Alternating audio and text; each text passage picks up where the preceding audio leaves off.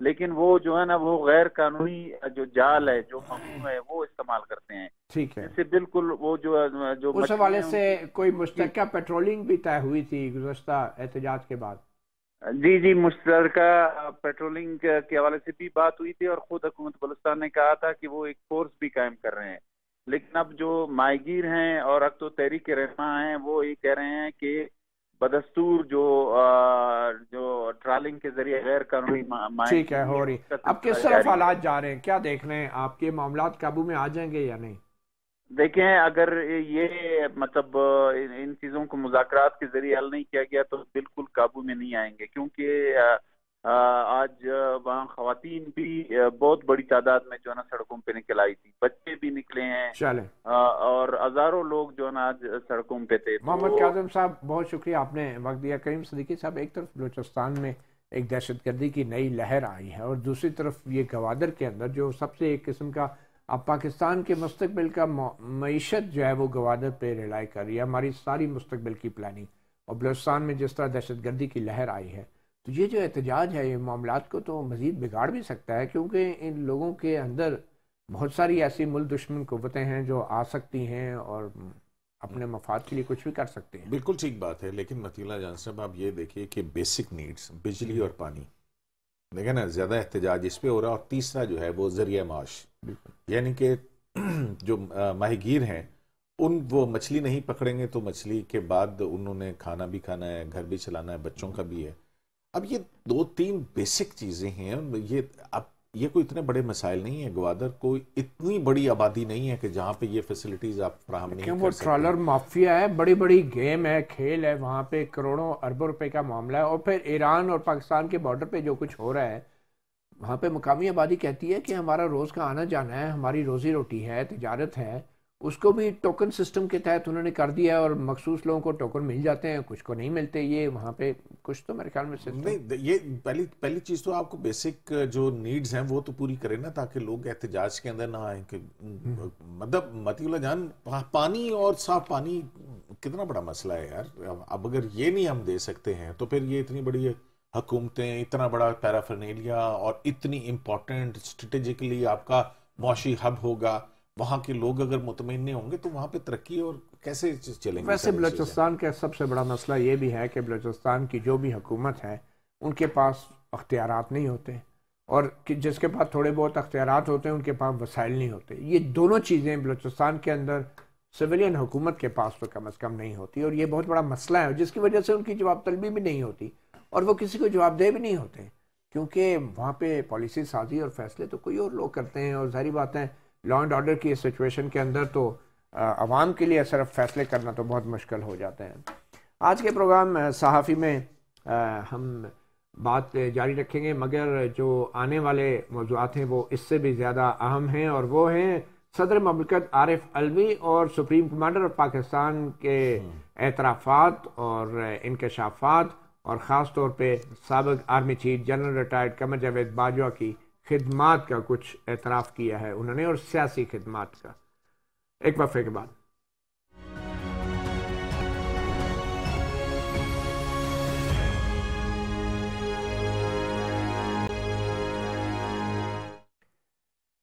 Welcome back صحافی programme میں. اب ہم بات کریں گے اسلام آباد میں جاری سیاسی کشمکش کے حوالے سے. صدر مملکت سے منسوب کچھ بیانات آج اخباروں کی زینت بنے ہیں، میڈیا کی، اور انہوں نے کچھ بڑے اعترافات کیے، اور خاص طور پہ جو جنرل ریٹائرڈ قمر جاوید باجوہ کی سیاسی خدمات کا اعتراف صدر مملکت اور سپریم کمانڈر نے عارف علوی نے کیا ہے، اس حوالے سے بھی آج ایوان صدر کو وضاحت بھی جاری کرنی پڑی. مگر اصل میں ہوا کیا؟ ہمارے ساتھ اس وقت موجود ہیں جناب مظہر عباس صاحب، سینئر جرنلسٹ ہیں، کراچی سے ہمیں جوائن کیا ہے، اور ایوان صدر کے ساتھ گفتگو میں. مظہر عباس صاحب بہت شکریہ، آپ موجود تھے. صدر علوی کے ساتھ جو گفتگو ہوئی اور زیادہ تر سوالات تو آپ نے ہی کیے. یہ جو وضاحت آئی ہے اب صدر عارف علوی صاحب کی، اور یہ کہا گیا ہے کہ مذکورہ بیان کو سیاق و سباق سے ہٹ کر نقل کیا گیا ہے اور یہ خود ساختہ اور من گھڑت ہے. اب یہ خود ساختہ اور من گھڑت ہے اور سیاق و سباق سے ہٹ کے یہ کس حد تک صدر مملکت یہ بات درست کر رہے ہیں، پھر ہم جانتے ہیں کہ انہوں نے اصل میں کہا کیا تھا۔ شکریہ۔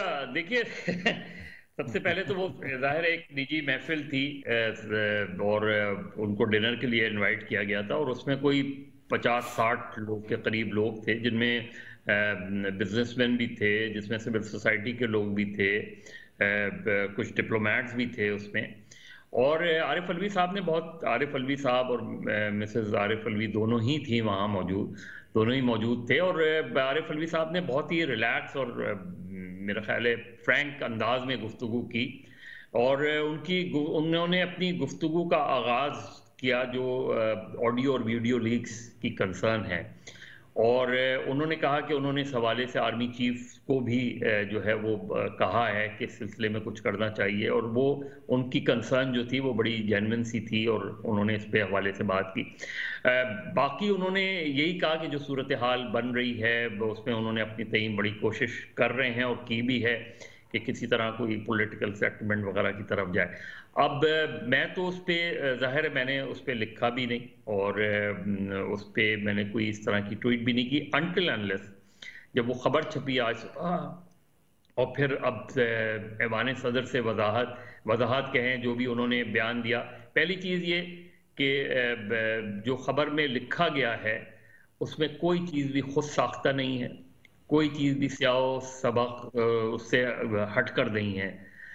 دوسری بات یہ کہ صدر علوی نے، اور یہ کسی کے اس طرح بھی نہیں بات جس طرح وہ کہہ رہے ہیں کہ سیاق و سباق سے ہٹ کر ہے، کہ کہیں بھی صدر علوی نے تو خود یہ بات کی، یعنی میرا کوشچن جو تھا وہ بہت اسپیسیفک تھا، اور جو 2-3 کوشچن تھے، میں نے کوئی بہت زیادہ نہیں، 2-3 کوشچن جو تھے وہ میرے تھے کہ جنرل باجوہ پہ جو عمران خان اس وقت تقریباً انہوں نے چارج شیٹ کی ہے جنرل باجوہ کو، تو 3.5-4 سال جو ان کی حکومت رہی جس میں علوی صاحب صدر تھے، تو میں نے ان سے پوچھا کہ کیا آپ کو یہ فیل ہوا کہ جنرل باجوہ رکاوٹ ڈال رہے ہیں، پریشر کر رہے ہیں؟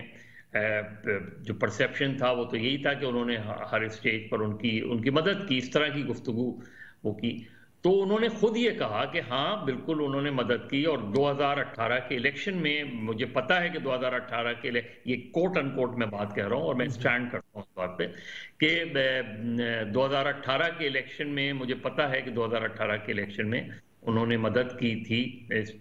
تو یہ ساری باتیں، لیکن ساتھ میں انہوں نے یہ بھی کہا کہ نیب پر بہت زیادہ دباؤ تھا، نیب کے معاملات میں مداخلت کی جاتی تھی، کچھ چیزیں جو عمران خان نے کی تھیں اس سے وہ ایگری کرتے ہوئے نظر آئے، کچھ چیزوں سے ڈس ایگری کرتے ہوئے نظر آئے۔ نیب کی مداخلت کے کچھ وضاحت انہوں نے کی کہ کیونکہ عمران خان تو کہتے ہیں نیب جو ہے جنرل باجوہ کے کنٹرول میں تھی، انہوں نے صرف مداخلت کا ورڈ یوز کیا، تصدیق کی عمران خان کی بات کی، انہوں نے اس کی وہ نہیں کی۔ جیسے انہوں نے کہا کہ قومی اسمبلی سے جب استعفے کی بات آ رہی تھی تو میں نے خود عمران خان صاحب کو فون کیا تھا اور انہیں سمجھانے کی کوشش کی تھی کہ اس طرح کا فیصلہ نہ کریں، لیکن بہرحال انہوں نے کر لیا اس طرح کا فیصلہ۔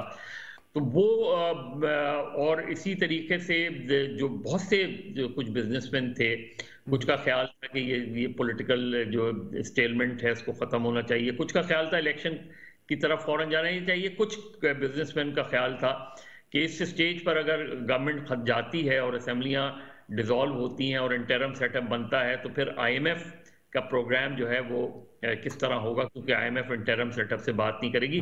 تو سیاسی گفتگو بھی انہوں نے کی، اس معیشت کے حوالے سے بھی گفتگو کی، انہوں نے بہت سی چیزیں انہوں نے جو ہے بہت لائٹر وے میں بھی باتیں کی۔ اور یہ بھی کیا مطلب صاحب انہوں نے کہ عمران خان کو تو اس بات پہ پریشان ہونا چاہیے کہ اکتوبر نومبر میں بھی الیکشن ہوں گے یا نہیں اگلے سال، تو وہ اپریل مئی کی تو بات کی بات ہے۔ متی ٹو بی ویری آنیسٹ، میں نے کیونکہ ہو سکتا ہے کہ میں نے اوور ہرڈ کر لیا، مجھے ایگزیکٹلی ان کے میں کیوں ان کو وہ کروں کہ مجھے ایگزیکٹلی نہیں پتا کہ انہوں نے کوٹ ان کوٹ کیا یہ کہا تھا، لیکن اس حوالے سے یقیناً جو ہے انہوں نے گفتگو کی تھی۔ پھر انہوں نے یہ بھی کہا تھا کہ جو آرمی چیف کے اپوائنٹمنٹ کا معاملہ تھا وہ واقعی انہوں نے کہا کہ بس کس طرح ہم نکلے میں جانتا ہوں، میں ظاہر ہے وہ میرے لیے بڑی آزمائش تھی۔ تو یہ ساری گفتگو انہوں نے کی۔ پھر میں نے ان سے اسپیسیفکلی پوچھا اور اس پہ میں نے مثال بھی دی کہ جس طرح نواز شریف نے جنرل جہانگیر کرامت یا جنرل پرویز مشرف کے خلاف صحیح یا غلط لیکن ایک کارروائی کی، کیونکہ وہ ان کے بقول وہ اس طرح کی انٹرفیئرنس کر رہے تھے، تو کیا کسی سٹیج پہ عمران خان نے بھی جنرل باجوہ کے خلاف جس طرح وہ آج بات کر رہے ہیں، تو کہیں کسی سٹیج پہ ایسا بھی ہوا کہ انہوں نے ان کو ہٹانے کی کوئی وہ کوشش کی ہو یا بات کی ہو؟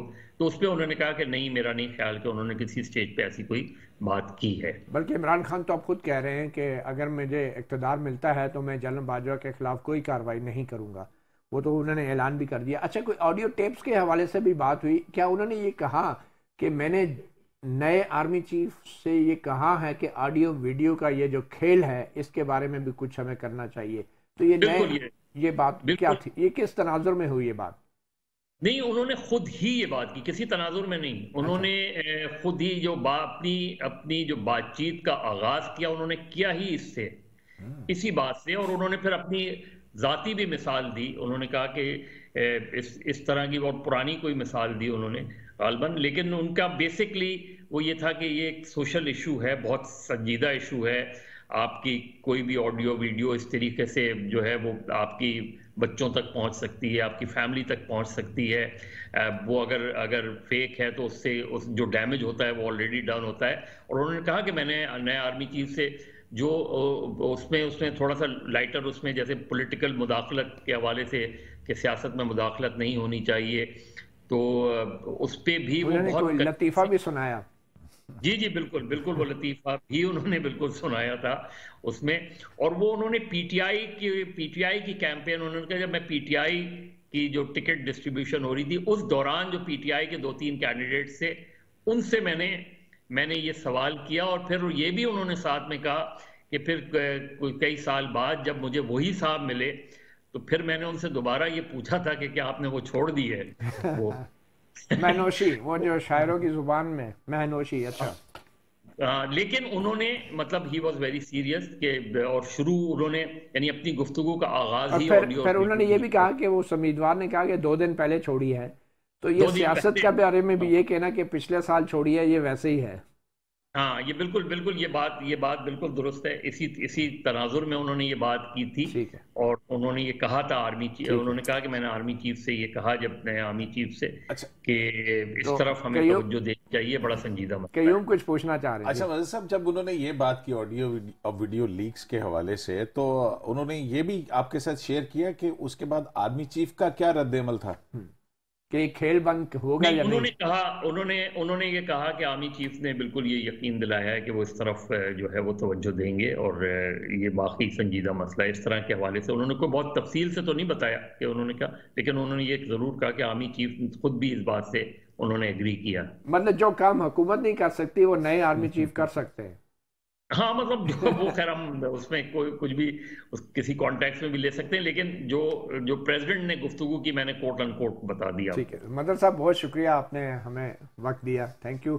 کریم صدیقی صاحب، ایک سوال ذہن میں یہ آتا ہے کہ آخر سوال بہت سارے سوال ذہن میں آتے ہیں۔ آرمی چیف سے انہوں نے کہا کہ یہ کھیل بند ہونا چاہیے، تو اس سے کیا تاثر جاتا ہے کہ کیا یہ کھیل آرمی چیف بند کروا سکتے ہیں؟ دیکھیں، ایک طرح سے وہ کیا انہیں پتہ ہے کہ کون کر رہا ہے؟ ایک طرح سے وہ ان کو کٹہرے میں کھڑا کر رہے ہیں۔ دیکھیں، سیاست سے لے کے آڈیو لیکس تک ساری بات کی انہوں نے کہ کس طرح سے انتخابات اور فلانا اور ڈمکانا۔ آپ یہ ساری گفتگو کے بعد آپ کیا امپریشن گیدر کرتے ہیں؟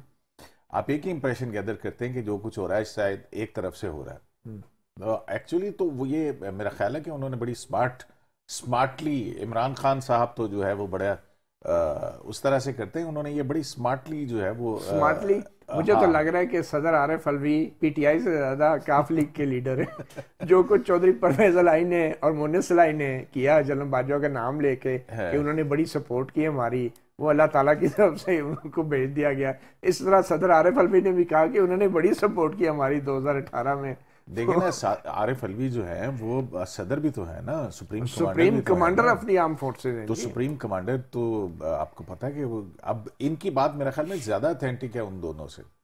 مطلب کہ اگر پھر دیکھا جائے آج صدر صاحب جو یہاں بیٹھے ہیں، یہ بھی پھر انہی کے مرہون منت بیٹھے ہیں نا، کہ اگر الیکشن کے اندر یہ سب کچھ نہ ہوا ہوتا 2018 میں، تو پھر کیا صدر عارف الوی جو ہے وہ صدر بنتے وہ صدر بنتے تو ڈانڈے تو کہیں اور جاتے ہیں نا. صدر صاحب بھی بڑی مشکل پوزیشن میں ہیں, وہ میرے خیال میں ایک تنے ہوئے رسے پہ چل رہے ہیں.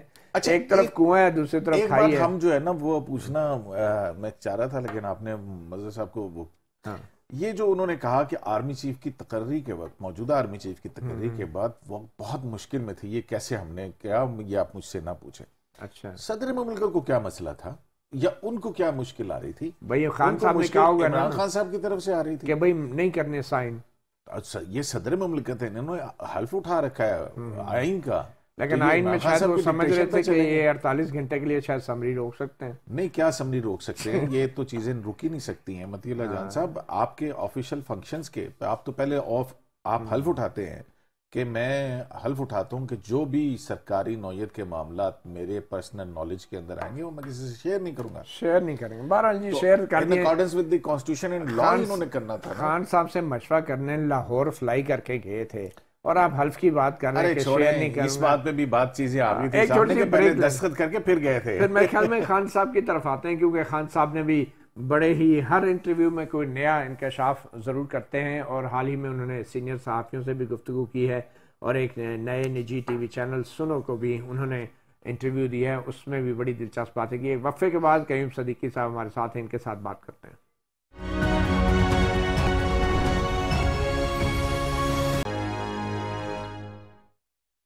صحافی پروگرام میں اس وقت ہمارے ساتھ قیوم صدیقی موجود ہیں. ہم بات کر رہے ہیں عمران خان کی, سابق وزیر اعظم نے جو سینئر صحافیوں سے گفتگو کرتے ہوئے قیوم صدیقی صاحب, عمران خان نے اپنی رہائش گاہ پہ یہ میڈیا سے بات کی ہے اور کہا ہے کہ میں اپریل میں انتخابات ہوتے دیکھ رہا ہوں, میرا اسٹیبلشمنٹ سے کوئی رابطہ نہیں ہے, لیکن لگتا ہے کہ اسٹیبلشمنٹ اپریل میں انتخابات کرانے جا رہی ہے. انہیں صبح جاگتے اٹھتے سوتے ان کو اسٹیبلشمنٹ ہی نظر آتی ہے ہر وقت, اور کہتی ہے جو کچھ بھی ہو رہا ہے وہ اسٹیبلشمنٹ ہی کروانے جا رہی ہیں.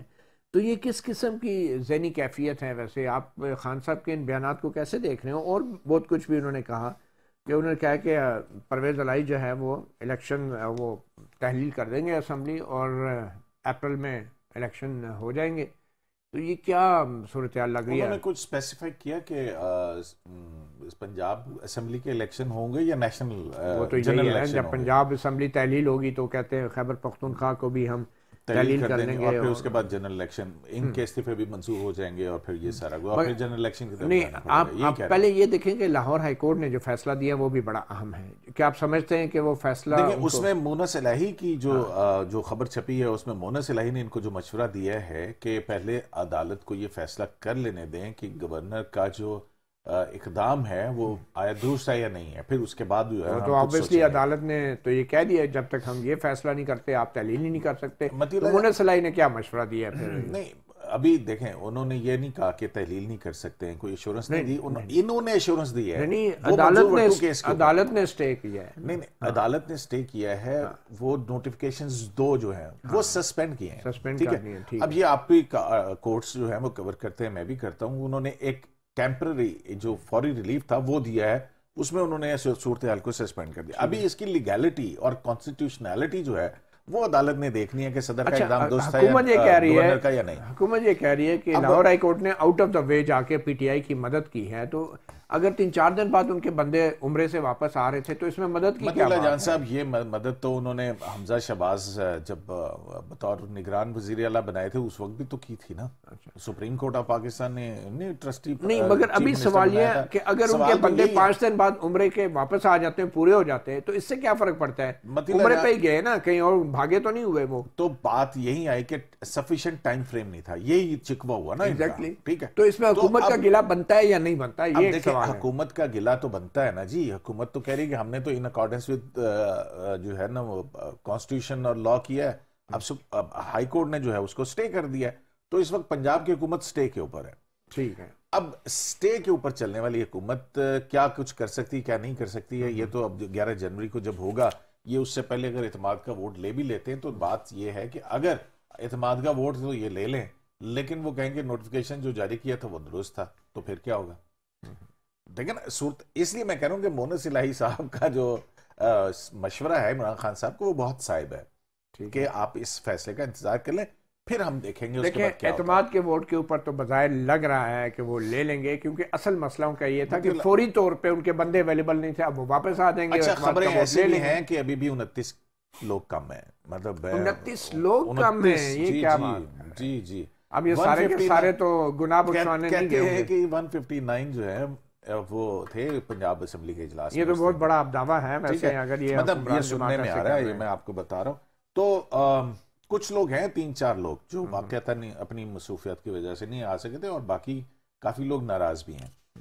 تو دیکھتے ہیں کہ کیا بنتا ہے کیا نہیں بنتا ہے۔ لیکن ایک بات باقی دوسری جو آپ نے عمران خان صاحب کی بات کی تھی نا، کہ عمران خان صاحب کس ذہنی کیفیت کے اندر ہیں، کہ وہ عمران خان صاحب جب سے ان کو ووٹ آف عدم اعتماد کے ذریعے نکالا گیا، اس کے بعد سے وہ ایک ہی بات کر رہے ہیں۔ کبھی کہتے ہیں کہ نیوٹرل، کبھی کہتے ہیں کہ نیوٹرل رہو، کبھی کہتے ہیں کہ نیوٹرل تو جانور ہوتا ہے، کبھی میر جعفر میر، اور پھر اس سب کے باوجود وہ ایک بات کرتے ہیں، کبھی کہتے ہیں کہ اداروں کو میں اللہ کا واسطہ دے کے اداروں کو میں کہتا ہوں، پھر جو ہے وہ کہتے ہیں کہ اداروں، تو لہٰذا وہ میرے خیال میں کوئی جادو ٹونا بھی کرتے ہوں گے، کوئی استخارہ وغیرہ بھی کرتے ہوں گے، کوئی استخارے میں ان کو نوید آئی ہوگی کہ جناب یہ ایسا ہو سکتا ہے۔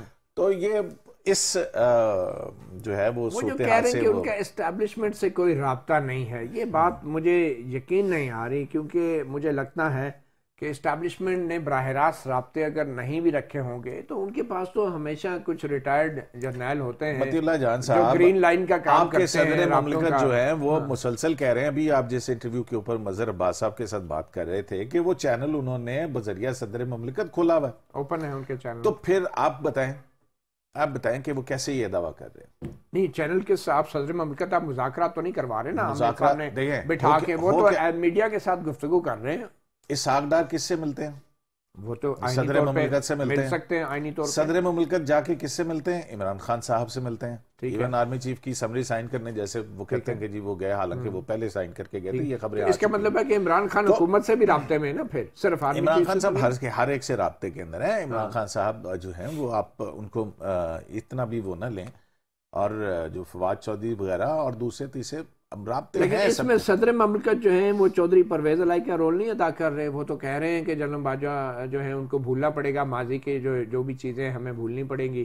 پرویز الہی بھی یہی کہہ رہے ہیں کہ اب ہمیں بھول جائیں۔ پھر صدر مملکت نے کہا کہ جنرل باجوہ نے ہمیں مدد کی 2018 کے الیکشن میں۔ اتنا بڑا انکشاف ہے ایک ہیڈ آف دا اسٹیٹ کی طرف سے، تو اب جو ہے میرے خیال میں تو حکومت کو مطلب ہے آپ کہہ رہے ہیں کہ ایک وہ شخص جس کا سیاست میں کوئی مداخلت یا کوئی کام نہیں ہے، اس نے یہ سب کچھ کیا، ٹھیک ہے، اور اس کے بعد ہمارا جو آئینی طور پر سب سے بڑا عہدہ ہے وہ یہ کہہ رہا ہے، ٹھیک ہو گیا۔ تو پھر اس پہ نون لیگ کا کیا رد عمل ہونا چاہیے؟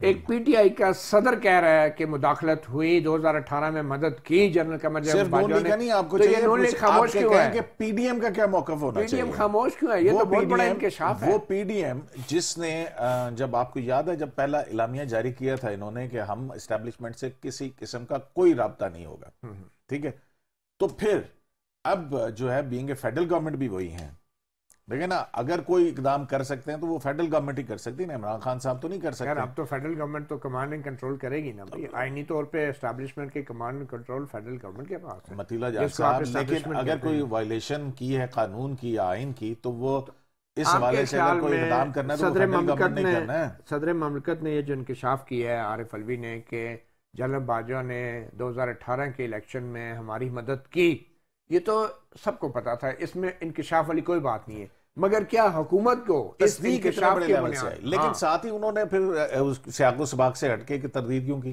اچھا، خواجہ آصف وزیر دفاع کہہ رہے ہیں کہ یہ محسن کش ہے، مطلب خواجہ آصف کو اب اس بات کا دکھ ہو رہا ہے کہ جنرل باجوہ کے اوپر اتنی تنقید ہو رہی ہے۔